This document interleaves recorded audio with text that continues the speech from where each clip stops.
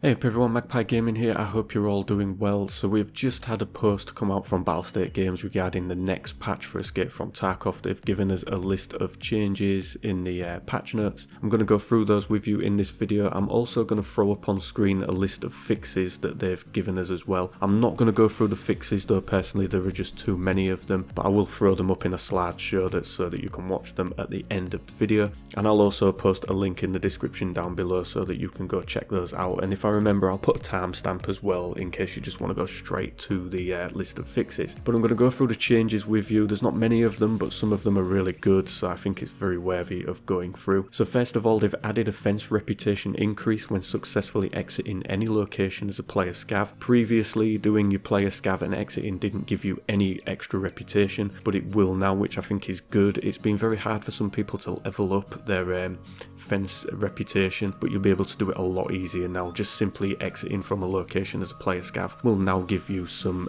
increased reputation. PMC scav cooperation extracts are now permanently available on all locations, so I'm going to try and put a video together in the coming days of where all those locations are. Obviously PMC and scav cooperation is something that quite a large section of the community doesn't like. You know, as a PMC you should shoot scav straight away, and I tend to agree, but if you're trying to get off a map and there is a scav there that's willing to help, you know, it's sort of a cooperation thing, you can help each other out. So these are now going to be available on all maps. They've adjusted Tagilla's melee sounds. I can't say that I've fought Tagilla too many times, only a handful of times, and each time I haven't actually heard him make any sort of melee sounds, but apparently that's been adjusted now. They've added a sorting table on the scav item turning screen, which is a massive help for us, especially when you end up having a really lucrative scav run and then you go to your stash and you just can't move things around to get everything in. Now you're going to have a little bit more help to get everything into your stash. They've added new quests for high level players. Again, over the coming days I'll try and take a look at those and see exactly what they are, and maybe try and put together a video showing what they are and what you have to do for them. They've added the ability to change your PMC voices in the sound settings tab. You can now change the voice at any time while out of raid. Previously I think you could only change your voice when there was a wipe and you could sort of determine what your character was like, but now you're going to be able to change it as and when you like, as long as you're not in a raid. Various AI fixes, they don't go into details, but I would assume that they're just sort of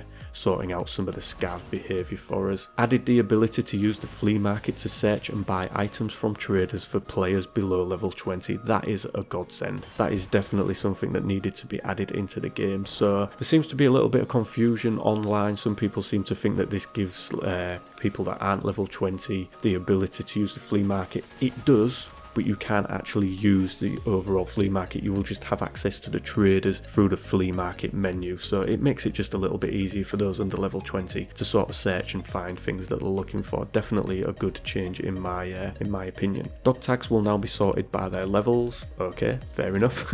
Added a 30% discount on all items bought from Fence on maximum loyalty level. So again, once you build that loyalty level up with your scav, you're going to be able to buy things off Fence for a 30% discount. He does sell some okay items now and again, but they're way overpriced, so this might bring them more into line with other traders for certain items if we want to buy them. And they've added the very low graphics preset. This one might be a little bit controversial. We could see a lot of people using the very low graphics preset to give themselves insane FPS. Will that give them a boost in game? Will that give them an advantage over other players? We don't know. We'll have to wait and see with that one. I have seen other FPS games where you're able to lower the graphics to such a degree that it does give you an advantage, but I really don't think Battlestate Games would add it in if there was going to be a massive advantage there. But I'm sure some people will put videos out about that, giving us a kind of look to see if anything changes with that. But those are the list of changes that are coming in the patch, which will release tomorrow, the August the 10th. I think there's some good changes there, some really much needed ones as well. They're just little tweaks and changes, but I definitely think